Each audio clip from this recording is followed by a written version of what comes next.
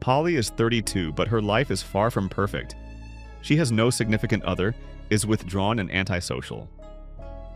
One late night, a disoriented old woman knocks on her door, and Polly lets her in to warm up.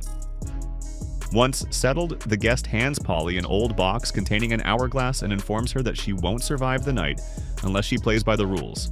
To stay alive, the young woman must give the box 3 things: something she hates, something she needs, and something she loves.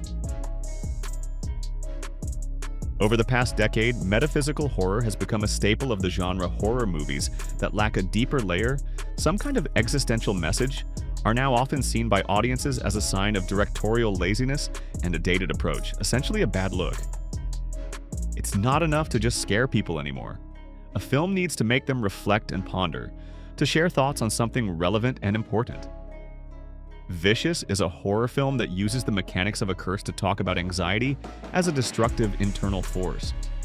In this sense, it's interesting to compare it to another horror movie, Drag Me to Hell. They are very similar on the surface, but fundamentally different at their core. Drag Me to Hell was about a bank employee cursed by a Romani woman, who then found herself on a wild ride of horrific events. On paper, the same thing happens in Vicious, but in Brian Bertino's film, everything that happens to Polly isn't just a series of physical and psychological torments. It's an attempt to discuss a widespread and relevant modern phenomenon, anxiety, through the language of mass culture. Symbolically, the first thing that happens to her after the old woman's visit visually resembles a panic attack. Polly starts choking and loses control of her body. A familiar melody, repeating over and over, takes on sinister undertones, symbolizing the approach of something nightmarish. And what the box demands from Polly symbolizes the downward spiral that sucks in those with anxiety.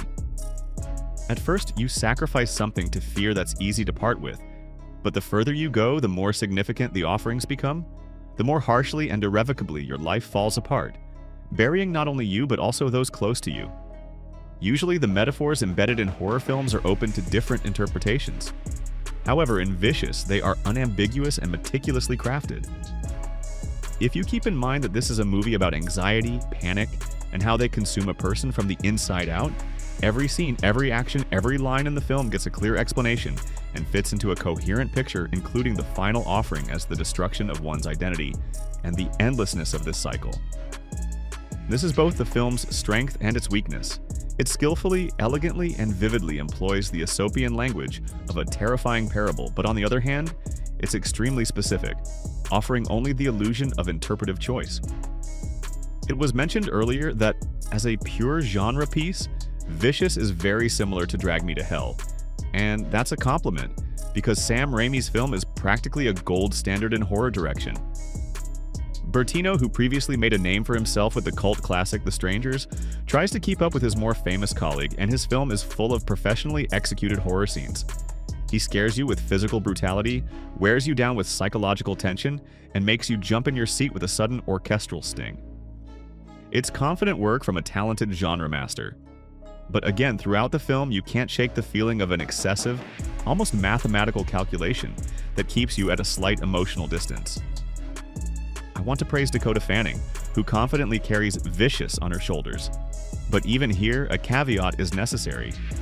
Naomi Scott in Smile 2 showed how you can and should play a victim on the verge, and Fanning ultimately couldn't quite reach the peak of her phenomenal gut-wrenching poignancy and raw sincerity.